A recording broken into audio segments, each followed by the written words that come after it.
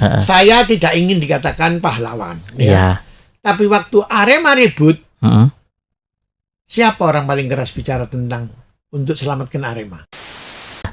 Nangis saya lihat, ya Allah, koyok ini semangatnya orang Malang, dia punya kreasi, punya lagu untuk Palestina, untuk Israel gitu. Terus kemana sekarang? Halo sobat di Harian Surya dan Tribun Jatim Network.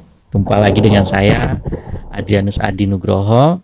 Di sini saya sudah kedatangan tamu Bapak Habib Jamal Aziz At-Tamimi.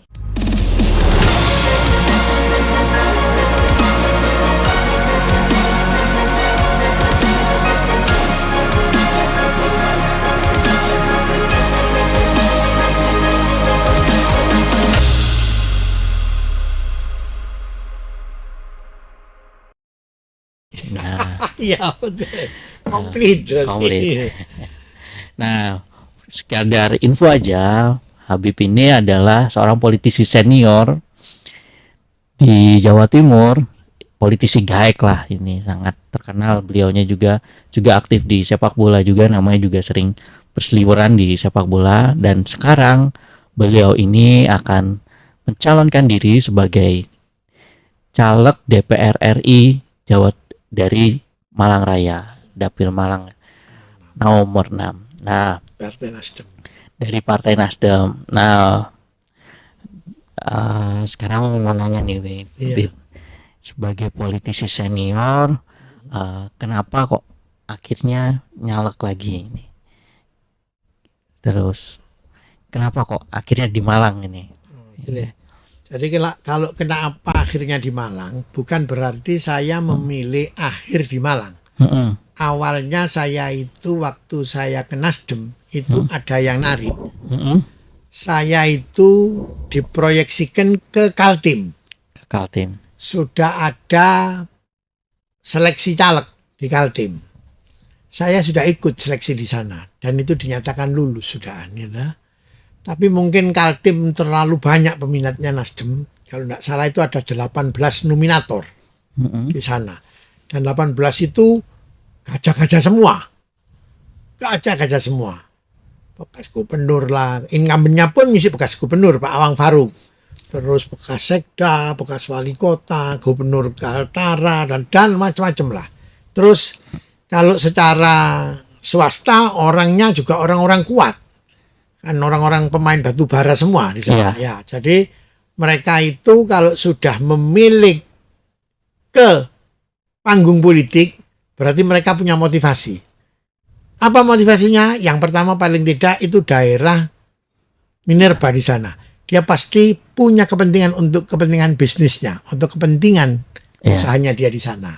Itu mereka akan bermain seperti itu. Dan itu biasanya mereka all out. Saya ikut saja waktu sampai seleksi terakhir pada saat DJT. Nah, pada saat DJT saya sempat tanya kepada tim pusat, saya ini akan ditempatkan di mana yang sebenarnya. Rupanya ketua DPW-nya sini, Bu Janet itu, wes pokoknya kan kudu duduk Malang, Bib. Nah, saya tanya sama Pak Willy, sekretaris itu, orang kepercayaannya Pak Surya Paloh. Bill, ini mana? Sudah Bib, saya pasti kasih. I'm give you all the best. Thank you, tak orang itu. Tapi sudah di Malang aja, nggak apa-apa Bib. Oh ya sudah, kalau memang itu takdir saya harus ke Malang. Ya saya siap, tak orang itu. Ya, Habib dulu kan pernah jadi di Malang. Oh ya betul, tak orang. Alhamdulillah. Cuman kan ada good and good. Orang kita sekarang ini yang paling memprihatinkan itu mudah lupa. Mudah lupa. Tapi saya berkeyakinan bahwa apa yang saya lakukan waktu saya jadi DPR RI dari Hanura, dari Malang Raya, dari 2009 sampai 2014, itu banyak tanaman saya yang insya Allah kalau dibuka rekam jejak digitalnya, itu kalau pohonnya ditanya pasti ngomong, kan kok iso koyo ngene? Niki bantuannya Habib Jamal. Niki bantuannya Habib Jamal. Harapan itu saya berkeyakinan. Saya kembali ke Malang pasti lihat gambar saya, lihat nama saya, mereka akan melakukan konsolidasi kepada saya dan koordinasi dengan saya. Berarti meninggalkan Malang, ini meninggalkan nggak sebenarnya boleh dibilang ya? Sebetulnya Dari- bukan meninggalkan. Dulu Iya. saya harapannya itu langsung Malang lagi kan. Kalau yang betul itu partai itu kan, kalau memang caleg jadinya di Malang, ya dicalegkan berikutnya ya ke Malang. Iya. Nah, waktu itu enggak, saya dicalegkan ke Dapil 3 karena saya dianggap pejuang. Oh, Lah iya. berjuang satu, bangkunya lebih sedikit. Cuman 7 di sana. Nomor 2 di sana kultur sosiologi orangnya enggak sama. Kalau Malang ini kan terbuka. Ya. Nah, semua orang bisa masuk ya loh. Nah, kalau di sana itu kan cuma 2 warna saja, biru ompos sama merah. Ya, baik, Nah, baik. itu, Nah, Habib, Pak. Habib memandang Malang tuh seperti apa sih sebenarnya? Ada beda nggak yang dari tahun 2018 kemudian yang sekarang ini? Begini, saya sudah tinggalkan kurang lebih 9 tahun. Ya. Ya. Ada perubahan. Tapi juga tidak terlalu jauh. Kalau kepada pemilih loh ya. Mm-mm. Tapi kalau kepada Malangnya sendiri, itu ada. Khususnya kotanya, ya dah. Terus komunitasnya, itu ada. Tapi untuk yang kabupaten kota, itu masih tidak terlalu jauh bedanya. Ya. Maksudnya yang daerah kabupaten dan Kota Batu atau gimana nih, Bib? Enggak, kalau Kota Batu itu kan sangat kecil. Iya, Tapi sekarang sudah terjadi pengembangan. iya. Dulu 3 dapil, sekarang 4 dapil. Mm-mm. Tapi itu pun juga tidak terlalu banyak, tidak signifikan. Kalau kota ini juga terjadi perkembangan. Misalnya Kelojen yang dulu 6 Mm-mm. dewan kotanya, sekarang cuma 5. Oh, Nah, berarti kan menyusut di Kojen, tapi mungkin menambah di daerah Sukun dan Kedung Kandang karena kepadatan penduduknya. Nah, itu yang terjadi. Nah, kota ini plural, Ya. sangat plural. Jadi kalau kita tidak bisa mendekati, tidak pernah jase hello, Mm-mm. itu agak susah. Ya. Mereka Malang ini kepinginnya paling enggak di Sopo, di Wongki. Begitu juga kabupaten. Tapi itu yang kabupaten tingkatnya misalnya ke Panjen. Itu kan misi agak setengah perkotaan. Ya. Ya, itu misi seperti itu. Tapi kalau yang sudah di pojok-pojok rodok soro.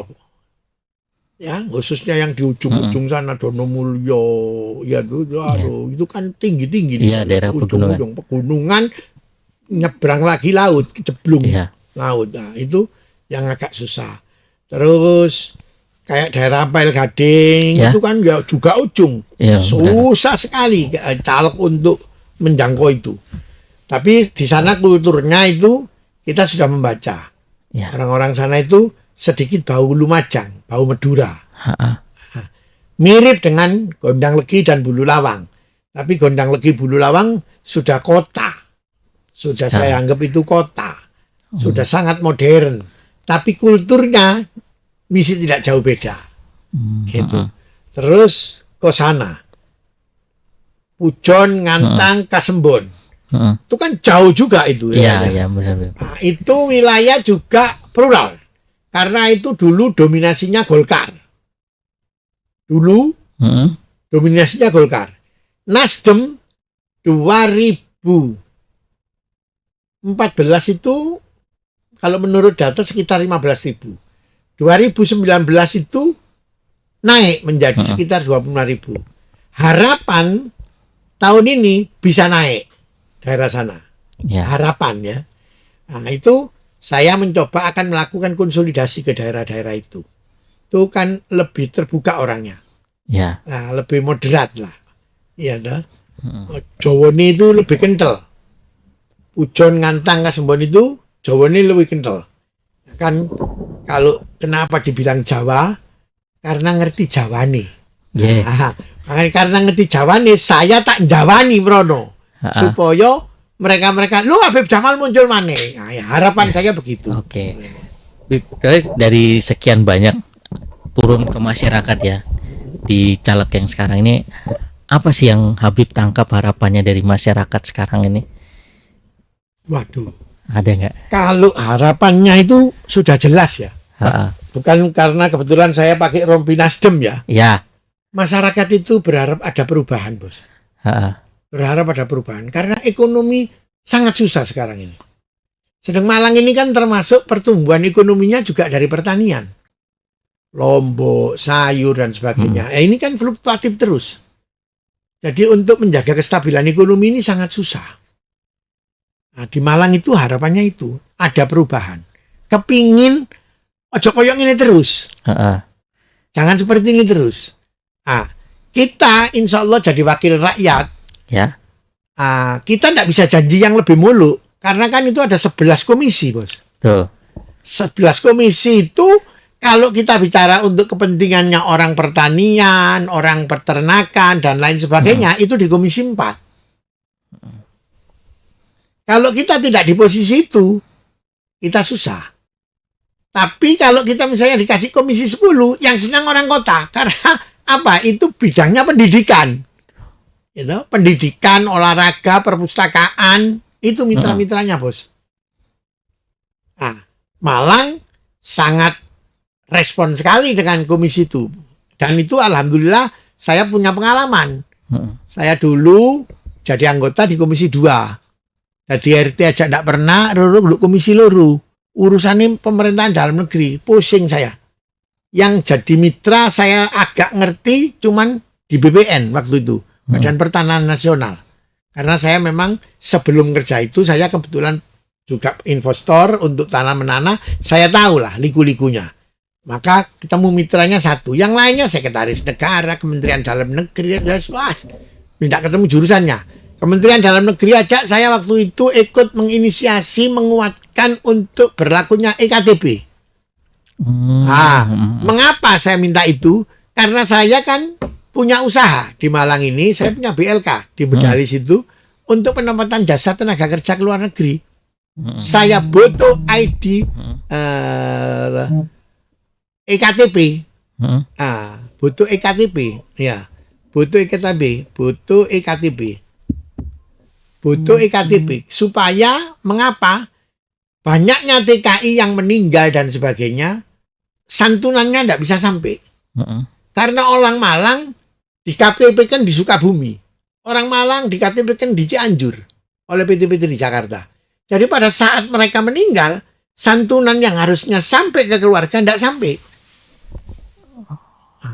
Itu saya ikut menginisiasi, harus jadi ini EKTP. Berarti masalah di TKI itu seperti itu juga ya Pak? Wow, saya ngelontok alhamdulillah lah ya. Saya dari tahun 83 bergelut dengan TKI.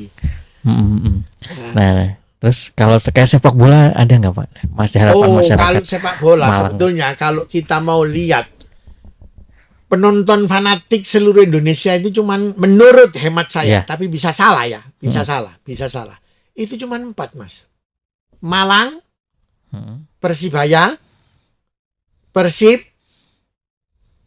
DKI boleh, sama Makassar. Yang lainnya kalau katanya orang Madura norok buntek. Oke, nah dengan kondisi itu Pak, kira-kira ini kan Arema juga nggak bisa berkandang di Malang.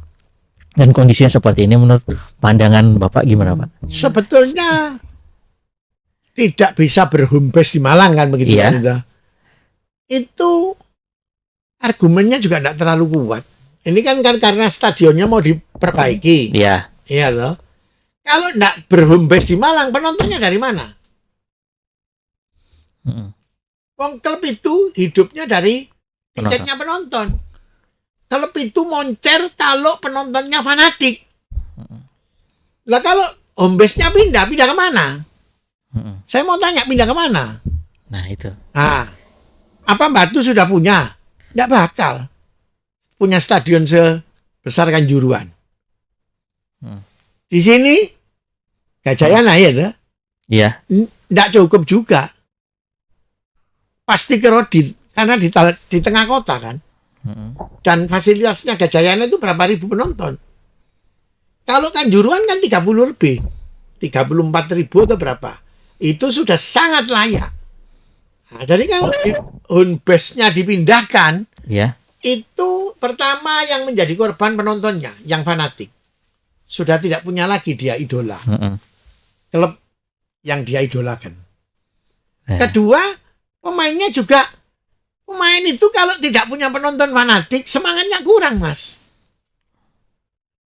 Ya, ya. Lah ente didu pertandingan tanpa penonton, ya wis ngono tok, ndak ono daya juangnya, semangatnya, hero-nya itu beda, Bos. Orang kalau cuma komentar bisa. Saya ini pernah jadi pemain, saya pernah jadi manajer, saya pernah jadi coach, gitu. Saya pernah mimpin universitas juara nasional tahun 83 itu UPN Veteran Surabaya itu juara pertama Piala Presiden. Saya pemimpinnya. Baik. Nah, ini kan karena pengalaman pernah Bapak ada di PSSI juga kan, jadi Bapak paham ini masalahnya. Betul, alhamdulillah. Dan pada saat waktu saya di PSSI bersama Pak Nyala, saya kan kebetulan pertama ditaruh sebagai Esko komunikasi, Esko media. Ya. Alhamdulillah itu ratingnya tinggi terus. Alhamdulillah juga prestasinya bagus. Tapi ya sudahlah. Perjalanan mengatakan lain. Berubah penguasa, berubah juga kepingin kekuasaannya terhadap kepentingan persepak bola ini. Sudah tamat. Saya Esko terakhir itu di komite wasit untuk menjaga wasit saya. Iya. Oke. Jadi Arema, Mas, balik ke Arema. Arema kalau dikasih home base harus jelas di mana kira-kira. Iya. Jangan jauh dari masyarakat Malang. Wong memang ini punyanya masyarakat Malang kok. Harus. Bagaimanapun pokoknya harus bisa dapat. Kalau enggak disiapkan stadion yang sifatnya insidentil. Kalau tunggu Kanjuruhan berapa lama? Harus punya target juga dong. Iya. Iya. Ya, benar-benar harus ada stadion insidentil. Harus. Oke, misalnya Gajayana. Gajayana kalau memang dipakai itu kan kapasitasnya berapa? Saya enggak tahu itu. Itu mesti untuk melakukan sterilisasi di sekitar Gajayana itu harus benar-benar baik. Jadi misalnya cuma 12.000 orang. 12.000 orang yang nonton, tapi orang penonton yang betul-betul fanatik terhadap Arema. Mohon maaf dengan segala hormat. Mungkin manajer Aremanya agak rugi. Karena dia tidak bisa menjual karcis sejumlah 3 kali lipat di Kanjuruhan. Mungkin diadakan adjustment lah. Dinaikkan sedikit harganya. Tapi yang fanatik ini yang memang kelas menengah ke bawah, Bos. Iya toh. Kemarin saya nangis itu lihat waktu Arema nyanyi tentang Israel. Iya. Nangis saya lihat. Ya Allah. Koyok ini semangatnya orang Malang. Dia punya kreasi. Punya lagu untuk Palestina, untuk Israel gitu. Terus kemana sekarang? Itu main di mana itu? Di stadion mana kemarin itu? Saya tidak tahu itu. Iya sih itu.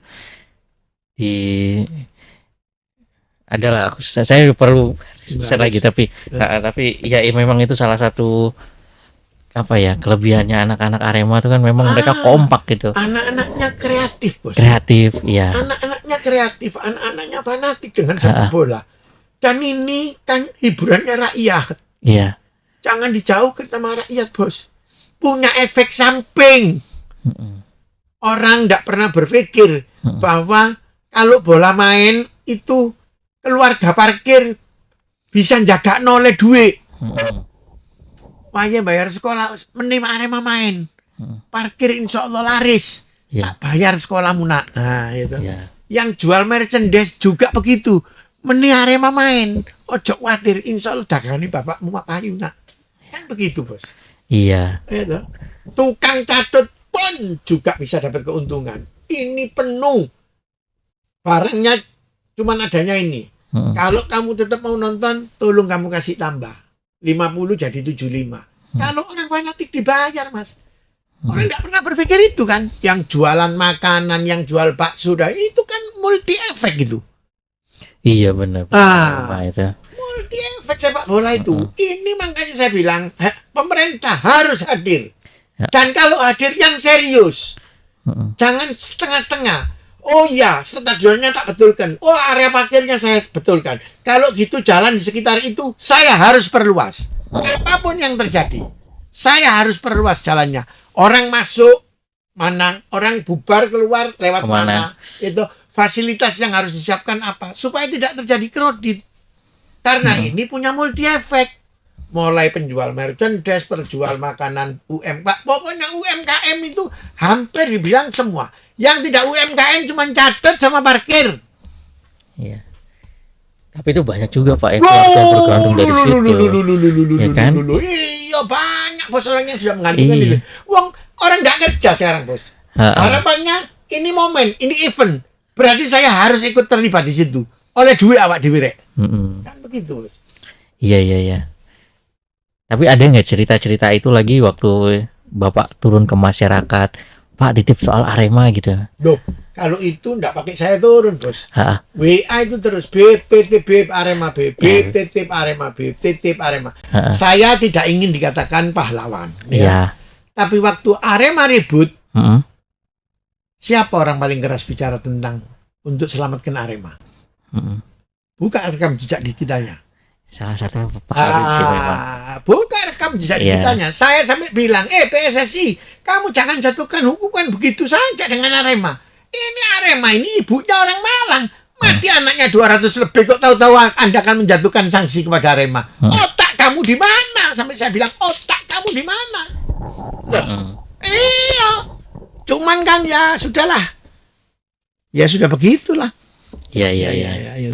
Memang seperti itu kondisinya. Kondisinya satu. Nomor dua, dengan kasus Arema akhirnya pemerintah punya peduli. Sekarang akan membenarkan sekitar 9 atau 10 stadion yang akan dianggap nanti stadion itu memenuhi syarat kualifikasinya FIFA.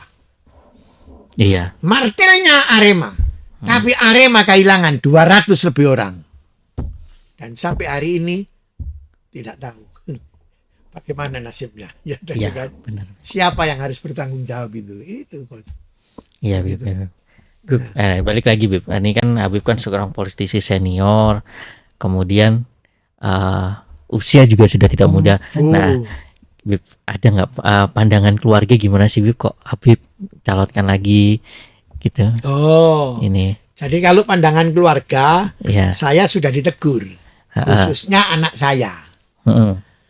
Bi, ini kan insya Allah Maret Abi 66. Ya. Masuk nyalon mana? Saya katakan sama mereka, Abi ini dari kecil passion dan talentanya ngomong. Nah, ngomong yang didengar dan punya imunitas itu hanya di anggota dewan.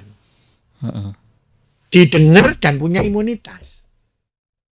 Setelah itu dapat diskresi. Bisa apa yang mau kita maukan kepada rakyat bisa tersampai. Ya. Sebagai muslim nabimu ini nak, mengikut apa katanya nabimu. Nabimu bilang apa? Khairun nas anfa'uhum linnas. Sebaik-baik manusia itu adalah manusia yang bermanfaat untuk manusia yang lain. Kalau mau bermanfaat untuk jadi kepada manusia lain, orang lain, jadi anggota dewan.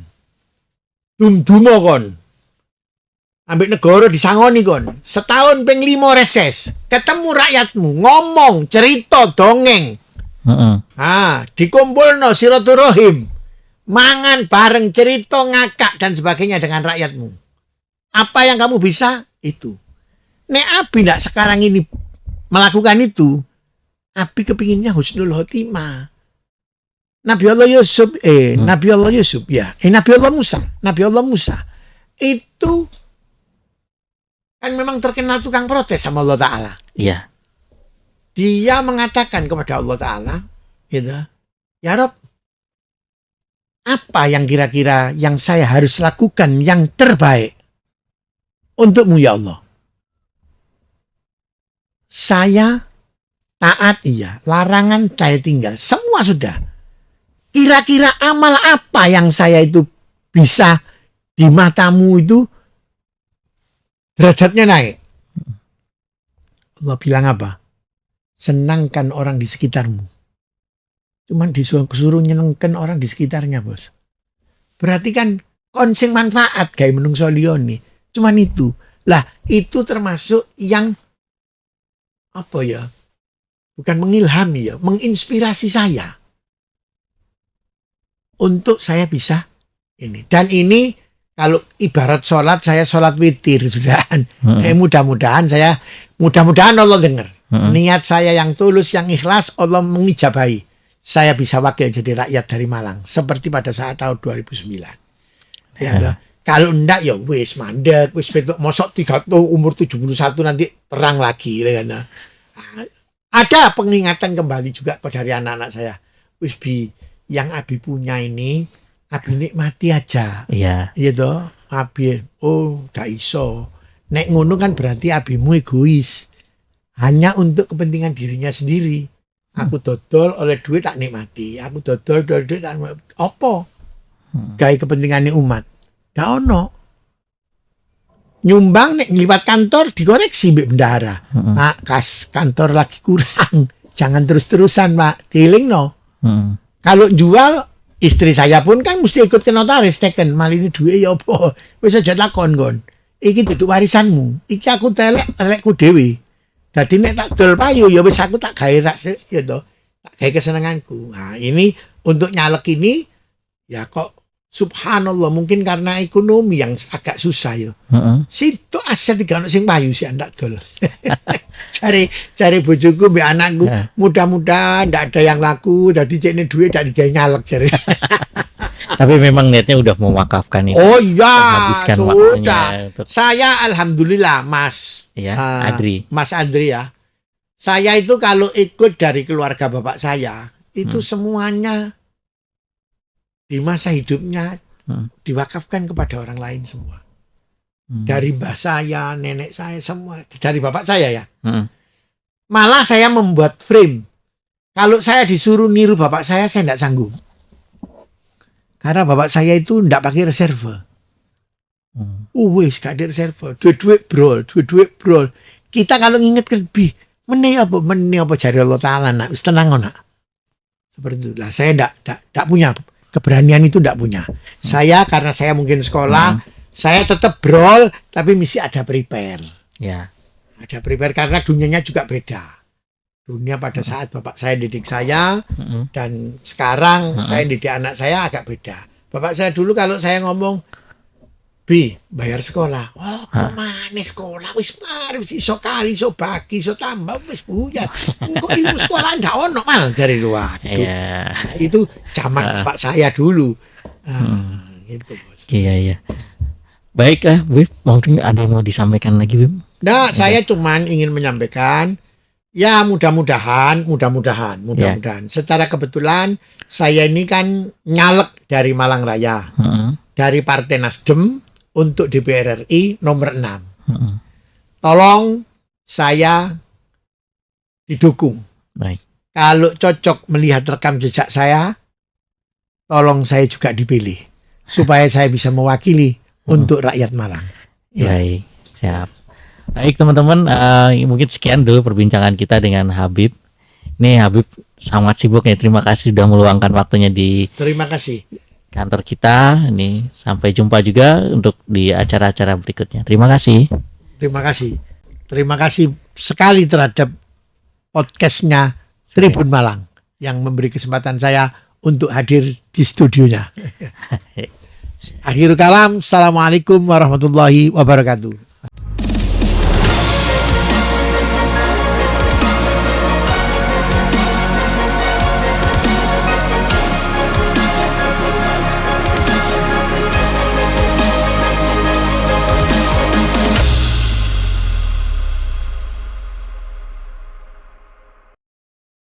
Download Tribun X sekarang, menghadirkan lokal menjadi Indonesia.